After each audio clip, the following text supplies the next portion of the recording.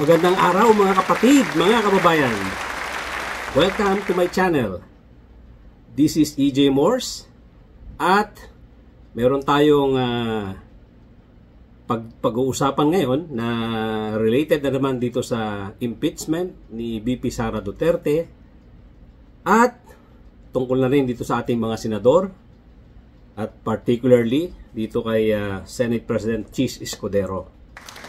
But before that, doon po sa mga ngayon lang na nakapasyal dito sa channel ko, kindly subscribe, kindly hit the notification bell, pati na rin yung like button, at baka pwede na rin natin i-share itong ating vlog later on para maraming makaalam dito sa ating mga pinag-uusapan, mga discussions dito sa aking munting channel. Again, thank you so much, especially doon sa ating mga OFW na nasa lahat, nandoon sa iba't ibang panig ng daigdig na nagtatrabaho, nagpapakahirap para sa kanilang mga mahal sa buhay at nakakatulong din dito sa ating ekonomiya sa Pilipinas. At again, bago tayo mag-start, yung pong ating opening prayer, yung ating EJ Morse prayer. Here it goes. Sa lahat ng mga manggagawa sa pamahalaan, sa lahat ng mga public servants, tama na ang pagyayabang, itigil ang pagiging arogante, irespeto ang mamamayan, huwag magnakaw, huwag maging tamad, maging mapagpakumbaba, pasweldo kayo ng taong bayan. Kami ay nakamasid, di namin kayo tatantanan. Okay, so yan po ang ating opening prayer, opening salvo tungkol sa ating discussion today. Lumabas na po yung ating hinihingi. Sabi natin itong kay sinabi natin kay Chis Escudero nung aking mga nakaraang vlog na ang dami niyang ngaw-ngaw sa media, ang dami niyang pinagsasabi, pero tayo nang huhula. Although sinasabi niya naman, alam naman natin yung stand niya tungkol dito sa start ng impeachment ay talagang sa June pa start. Kaya lang, ang sinabi ko naman, daldal ka ng daldal, wala ka namang inilalabas na talagang timeline. Na sabi ko, hindi dapat ganon ang ginagawa ng isang Senate President, lalong-lalo na kung ganitong napaka-importanteng issue. Wow. About impeachment, tapos salita ka na salita sa media, wala ka namang inilalabas na timeline na definite, or at least meron kang pinag-uumpisahan or meron kang target na schedule na pwedeng basahin ng taong bayan. So naglabas nga siya ng timelines at talagang pinanindigan niya yung June 2, 2025 na sinasabi niyang resumption of session. Sinasabi niya rito, sa June 2 gagawin na yung presentation of the articles of impeachment by the prosecutors and approval of revised rules of procedure on impeachment trial. Ito yung gagawin daw sa 3 PM ng June 2, 2025. So, okay nga, naglabas nga siya nitong timelines or timeline at hindi niya naman binago talaga. Kung ano yung una niyang mga sinasabi sa media na talagang sa June 3 ang convening ng impeachment court ay talagang June 3 niya gagawin. Despite the clamor from many people na sinasabi niyang wala naman daw, gusto niya yata magkaroon pa ng people power, gusto niya pa yata magkaroon ng rally, yun ang inaantay niya na i-consider niyang clamor. Kasi ngayon daw, wala pa naman siyang nakikitang clamor. Alam mo yun, yung very insensitive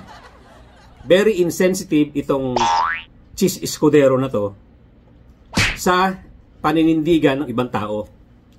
Napakaraming tao nagsasabi na masyadong matagal. Ito kasing June 2, halos March pa lang ngayon, so talagang kulang-kulang 4 months talaga to. Oh no! kulang-kulang ng 4 months ang aantayin ng mamamayang Pilipino bago talagang mag-convene itong impeachment court. So, anong pinaninindigan ni Chis Escudero dito? Yung kanyang yabang. Na siya ang siga. Na yung sinabi niya. Na siya ang nakakaalam ng lahat. Walang nagawa itong si Minority Floor Leader na si Senator Coco Pimentel. Oh no! Walang nagawa dito sa paninindigan ni Chis Escudero na napakayabang. Kung mag-aasta, akala mo sarili niyang korporasyon itong Senado. Nakita nyo naman attitude nito pag nagsasagot sa media, di ba? Walang pagpapakumbaba. Very insensitive kung magsalita. Di ba? Para nga siyang CEO. Para siyang may-ari ng Senado. Hindi man lang siya magpakita sa taong bayan ng pagpapakumbaba. Napakayabang. Ang dami-daming nagbigay ng opinion na mga luminaries, mga senior pa sa kanya, maraming mga experience na tungkol sa impeachment, maraming experience sa batas, experience sa Senado, pero nanindigan itong si Chis Escudero na talagang napakagaling niya. Na alam niya lahat. Okay naman sana yun Yung meron kang sariling paninindigan, okay sa atin yun. Yung meron kang pinaglalaban, okay sa atin yun. Pero, maging humble ka naman. Chis Escudero. Pakita mo naman ng konting humility. Ipakita mo naman na ang kaharap mo ay mamamayang Pilipino. Huwag mo sabihin walang clamor. Dahil hindi naman lahat ng tao nakausap mo. Ano bang gusto mong basihan ng clamor na sinasabi mo? Mag-rally sa EDSA ang mamamayang Pilipino? Ang masasabi ko rito kay Chis Escudero, napaka-insensitive sa damdamin ng mga Pilipino. Napaka-insensitive. Ang tingin ko nga sa kanya, parang feeling niya, kanya Senado. Okay na nga sana sa akin yun May sarili kang panindigan mo yan, pero maging humble ka naman. Pag ikaw ay nagsasalita sa publiko, pag ikaw ay nagsasalita sa media, hindi yung ganyang kakayabang. Sobrang yabang mo. Binaliwala mo yung mga opinyon ng ibang tao. Dahil sinasabi mo walang clamor. Hindi maganda pinapakita ng Chis Escudero. Okay, June 4, 2025, reception of pleadings. So, ito pa lang, magtatanggap pa lang sila ng mga pleadings nung siguro magkabilang kampo. Yung mga reklamo, etc. Kung ano yung laman nung mga sagot doon sa impeachment complaints. June 24 to 25, pre-trial. Isipin niyo gano'ng katagal. 24 to 25, pre-trial pa lang. July 28, 2025, inaugural session of 20th Congress, 10 a.m. Papasok na yung mga bagong senador, yung mga mahalal dito sa May elections. Tapos magkakaroon ng joint congress to hear the President's State of the Nation address. Yan mangyayari sa July 28. Magkakaroon ng SONA alas 4 ng hapon. Kaya meron silang joint session ng Kongreso, lower at saka yung upper chamber. July 29, mag-oath taking yung mga new elected judges, senators, or senator judges before the Senate, sitting as an impeachment court. Alas 9 ng umaga yan, July 29. At magkakaroon ng plenary session of the Senate, 3 p.m. July 30, tsaka pala mag-start yung formal trial ng impeachment. July 30 na. So, roughly 4 months talaga to. Ang aking pinanindigan dito, yung sinasabi ko na itong si Chis Escudero, wala talagang humility. Napakayabang.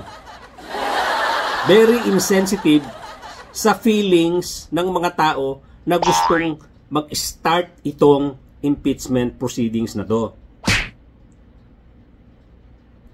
Ang sinasabi niya walang clamor, para bang nakausap niya lahat ng tao dito sa Pilipinas. Parang nakausap niya. Ina-assume niya na kukunti lang may gusto niyan. At sinasabi niya, ang may gusto lang niyan, yung makonvict, yung side na gustong i-convict itong si Sara Duterte. Kaya itong si kung yan ang paninindigan mo, Chis Escudero, ang ibig sabihin niyan, nasa kabilang side ka. Kinakampihan mo yung side na gustong i-exonerate itong si Sara Duterte or gustong i-acquit itong si Sara Duterte. Hindi ka nakagitna dito. Nanggaling na rin sa bibig mo na hindi mo papakinggan yung mga tao na nag-iingay, hindi mo papakinggan. Sabi mo, yung mga may ingay kasi, yan yung mga conviction. Pro-conviction. Ibig sabihin, kinakampihan mo yung kabilang side na gustong i-acquit itong si Sara Duterte. Hindi ka gumigitna. Bakit definite ako na hindi ka gumigitna? Kasi sinasabi sa Constitution Sinasabi sa Constitution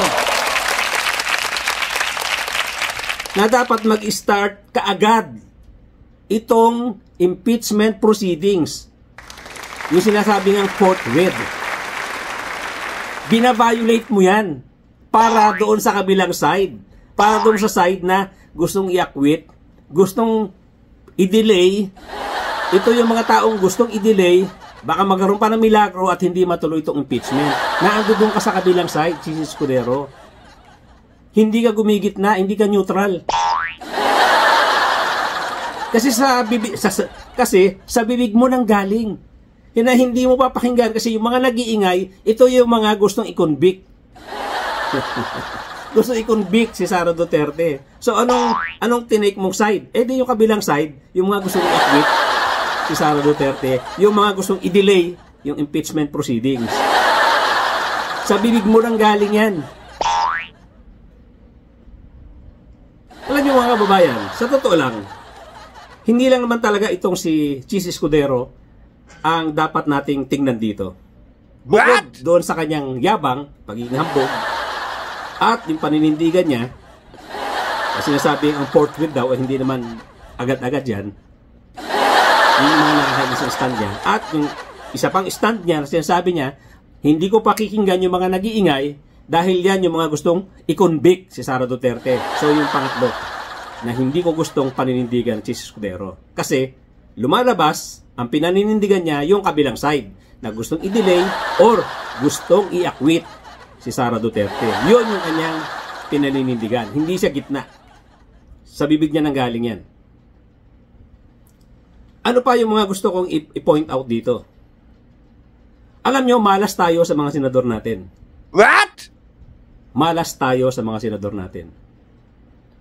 Bukod talaga sa marami dyan walang qualifications, marami dyan ini-enjoy lang ang kanilang pagiging senador. Ang sarap naman kasi talaga. Isipin nyo, 100 million a year ang budget niyan. Roughly, mga a little less than 300,000 a month pag hindi ka Senate President. Ang Senate President definitely mas malaki pa yan. So yan, mga 200 plus, mga kulang-kulang 300,000 a month ang sweldo, million allowance na hindi natin alam kung saan napupunta. So ang laki ng mga mga take home yan. Monthly, ang lalaki ng take home yan. So ang sinasabi ko nga, itong mga senador natin, malas tayo. What? Dapat wag na natin iluklok ang mga taong ito. Humanap tayo ng mga bagong muka, yung mga idealistic. Hanap tayo, wag na natin ilagay itong mga taong ito na nag-i-enjoy lang doon sa sweldo nila, doon sa allowances nila. Hindi sensitive sa pakiramdam ng taong bayan. Ito, beer mo, pagka ikaw may stand, katulad dito sa impeachment complaints na to, sa impeachment ni Sara Duterte, pag ikaw may stand ka na gusto mong madaliin, gusto mong mag-start ka agad, gusto mong i-implement kung ano nakasulat sa konstitusyon, sasabihan ka ni Chis Escudero, pro-conviction ka. What? Kung gano'n ka-insensitive yung ganyang klaseng senador. May stand ka, dahil nakasulat sa konstitusyon, ibabrand ka ni Chis Escudero na kakampi ka kasi ng mga taong gustong i-convict si Sara Duterte. Tingnan niyo kung gano'n ka, anong klaseng pag-iisip ng senador natin dyan. Isa pang siya, napakataas na posisyon, Senate President. Pag gusto mong i-implement yung nakasulat sa konstitusyon, sasabihan ka, ano ka kasi, pro-impeachment, conviction. What? Di ba, walang ya? Di ba? Napakayabang, napaka-judgmental. I-judge ka kaagad. At wala daw clamor. Isipin mo mahigit, 120 million katao na Pilipino? Nabilang niya ba yung mga tao, mga Pilipino na nagsasabing gusto namin mag-start ka agad yan? Sabi niya walang clamor. Ibig sabihin, lahat tayo, 120 million Filipinos, nakuha niya na, na-survey niya. Wala daw gusto itong impeachment na to. Wala daw tayong clamor na dapat mag-umpisa na to. Hindi nga natin sinasabi na gusto namin mag-start yung impeachment proceedings na yan dahil gusto naming makonvict si Sara Duterte. Sa kanya nang galing yun. Sa kanya nang galing. Hindi ba? Klarong-klaro yan. Sino ba yung mga nagsasalita dyan? Yung mga nagsasalita dyan, gusto lang naman kasi makonvict si Sara Duterte. Isipin mo yan. Napaka-insensitive. Napakayabang. Hambog. Tayo raw na gustong sundin ang nakasulat sa konstitusyon na pinaninindigan ni Senator Coco Pimentel ay mga kakampi ng impeachment conviction. At wala daw clamor. Kasi nakausap niya lahat ng mga Pilipino. All 120 million of us nakausap niya. Kaya walang clamor. Hayop. Animal. Nakausap niya lahat ng Pilipino. Wala daw clamor. Ganyan ka insensitive itong Escudero na to. Itong keso na to. Wala daw clamor.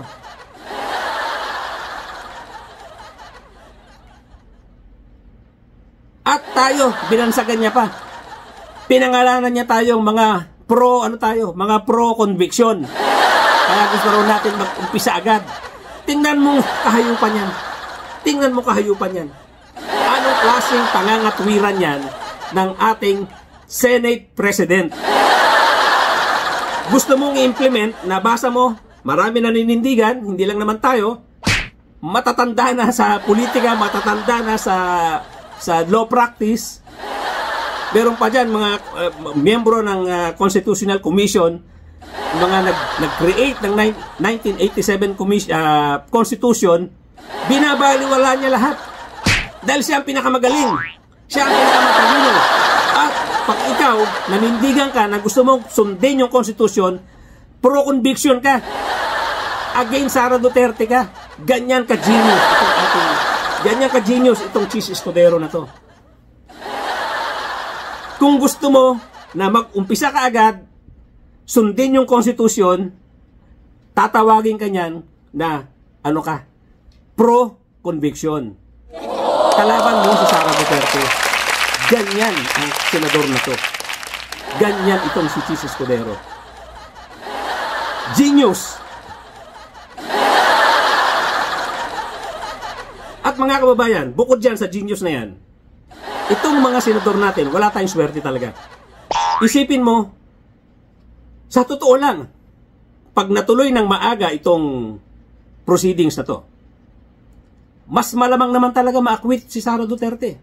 What? Bakit? Nandyan yung Robin Padilla, nandyan yung mga Villar, Joel Villanueva, Subiri, Bongo, Bato de la Rosa, Pia Cayetano, Amy Marcos, Francis Tolentino.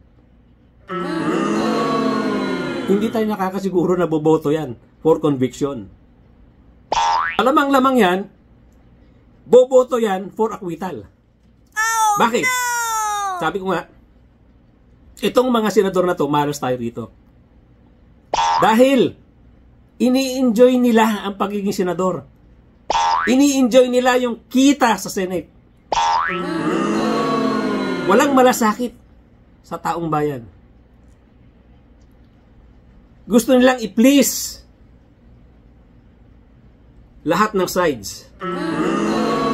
Kung boboto ka nga naman for early start ng impeachment, baka magalit yung mga Dutertes.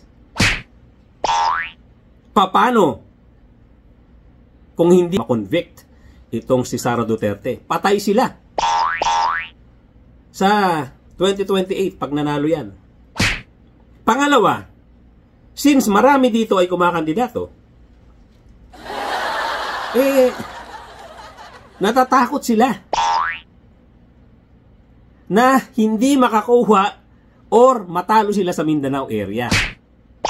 Alam nila na malakas pa rin ang boto ng mga Dutertes, malakas pa rin ang tulak ng mga Dutertes dyan sa Mindanao. Kaya itong mga to, ayaw talagang kumampi. Ayaw magpakita ng stand. Tahimik sila. Tahimik.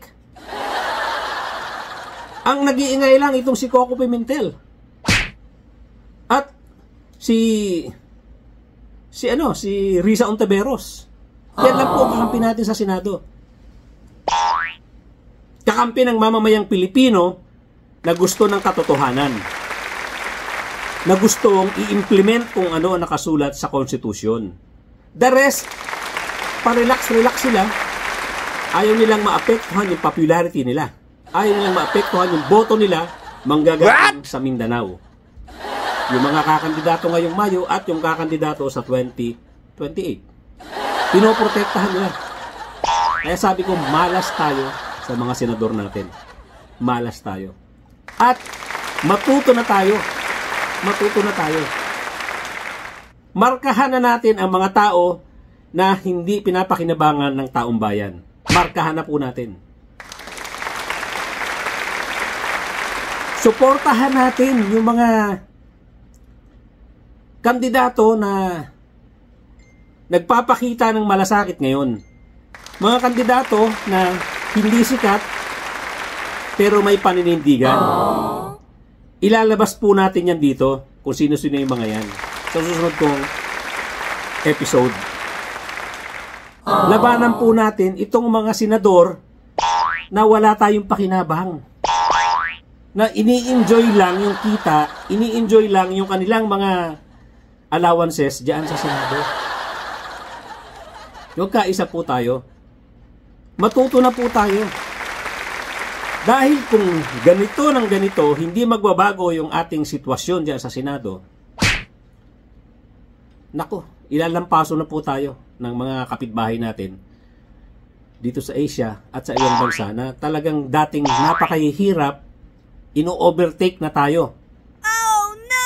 Dahil sa sobra nating pamumulitika, sa sobra nating pagbibigay ng tsansa dito sa mga mapagsamantalang politiko. Wala po tayong asenso dahil dyan.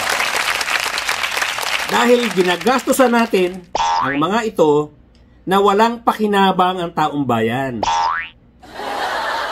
Magbago na po tayo ng paninindigan tungkol sa politika. Tayong mga vloggers, tayong mga merong puso para sa mamamayang Pilipino at para sa bayan, wag po natin tigilan ito. Wag natin tigilan ito. Tayo na lang po ang may konting tsansa para i-disseminate, bigyan ng informasyon ang mga tao na nagkakamali sa pagboto. Nagkakamali po mga mamamayan natin palagi dahil sa kasikatan, name recall, dahil kilala, yun na lang po ang binoboto. Matuto na po tayo, mga kababayan. Aking mga kapwa vlogger na parehas naman, na nasa gitna, na walang leaning towards a certain political party. Pagtulong-tulungan po natin ito na i-educate ang taong bayan. Huwag natin basta-basta ibibigay ang boto natin sa mga tao na nakita na natin na walang pakinabang ang mamamayang Pilipino. Matuto na po tayo. Kawawa tayo ang mga kaapu-apuhan pa natin. Dahil pag palaging ganito ang nakaupo sa Senado, palaging ganito ang iboboto natin, malulugmok po sa kahirapan ang Pilipinas. Hindi na po tayo aasenso. Napag-iiwanan na po tayo dito sa Asia. Dahil sa ganitong klasing politika at ganitong klasing mga politicians. Kawawa po ang ating mamamayan. Kawawa po ang ating bayan. Again, babasahin ko yung mga pangalan na ito. Robin Padilla, Loren Legarda, Rapi Tulfo, Win Gatchalian, Chis Escudero, Mark Villar, Alan Peter Cayetano, Mig Subiri, Joel Villanueva, JB Ejercito, Risa Ontiveros, Jingoy Estrada, Nancy Binay, Pia Cayetano, Bato de la Rosa, Bongo, Lito Lapid, Grace Paul, Ivy Marcos, Coco Pimentel, Bong Revilla, Francis Tolentino, Cynthia Villar. Sino po dito ang naninindigan para umpisahan ang impeachment? Sino po sa mga senador na to? Para sundin ang nakasulat sa konstitusyon. Wala po. Kung hindi si Risa Ontiveros at si Coco Pimentel. Kaya mga kababayan, mag-isip-isip tayo kung itong klase ng mga senador na to ang dapat na andiyan sa ating Senate. Kung yan ang mga dapat pang suportahan sa mga darating na eleksyon. Okay, hanggang dyan na lang po. Thank you so much. Mga kababayan, maraming salamat sa pag-join nyo sa akin. For joining me today. Sana doon sa mga bago lang dito sa aking channel, kindly subscribe and hit the notification bell, pati na rin yung like button, at i-share po natin para ma-educate ang marami sa ating mga kababayang Pilipino tungkol sa mga ganitong klaseng politiko. Para magtulong-tulong po tayo na bigyan ng tamang mga tao dyan sa Senado. Alam natin kung sino ang mga dapat iluklok dyan. Magkaisa po tayo na ang ilalagay natin lagi dyan sa Senado ay yung mga karapat dapat ilagay. Hindi kamukha ng karamihan dito na mga pangsarili lang talaga ang iniisip. Karamihan po yan pangsarili. Survival. Ayaw nilang mawala sila dyan sa Senado, kaya ganito ang kanilang stand. Again, thank you so much mga kababayan. At doon sa aking usual prayer, EJ Moore's prayer, it goes once again sa lahat ng mga manggagawa sa pamahalaan, sa lahat ng mga public servants. Tama na ang pagyayabang, itigil ang pagiging arogante, irespeto ang mamamayan, huwag magnakaw, huwag maging tamad, maging mapagpakumbaba. Pasweldo kayo ng taong bayan, kami ay nakamasid, di namin kayo tatantanan. Sa puso ko at maraming thank you so much. At again, magkita-kita po tayo.